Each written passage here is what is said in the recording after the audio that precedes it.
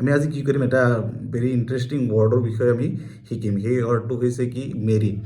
চ' আমি শুনিছোঁ এইটো কথা, উইল ইউ মেৰি মি এনেকৈ কৈ থাকে ন। তো তেনেকুৱা সেই মেৰি যে শব্দটো আছে, এই শব্দটোৰ বিষয়ে অলপ ডিটেইলত পঢ়িম। ডিটেইলত নহয় ইমান, তথাপি আমি সেইটো শিকিব চেষ্টা কৰিম, যিহেতু প্ৰিপজিশ্যনৰ কথা কৈ আছিলে আগৰ ভিডিঅ'টোত। তো কম প্ৰিপজিশ্যন, এই মেৰি শব্দটোৰ লগত কি প্ৰিপজিশ্যন আহে।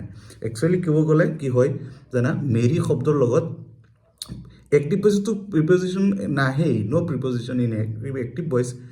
ওকে, তো কি হয়, পেচিভ ভইচতহে অনলি প্ৰিপজিশ্যন ব্যৱহাৰ কৰা হয় মেৰি শব্দৰ লগত। আৰু মেৰি শব্দৰ লগত কি প্ৰিপজিশ্যন হ'ব, প্ৰিপজিশ্যনটো হৈ যায় কি, টু।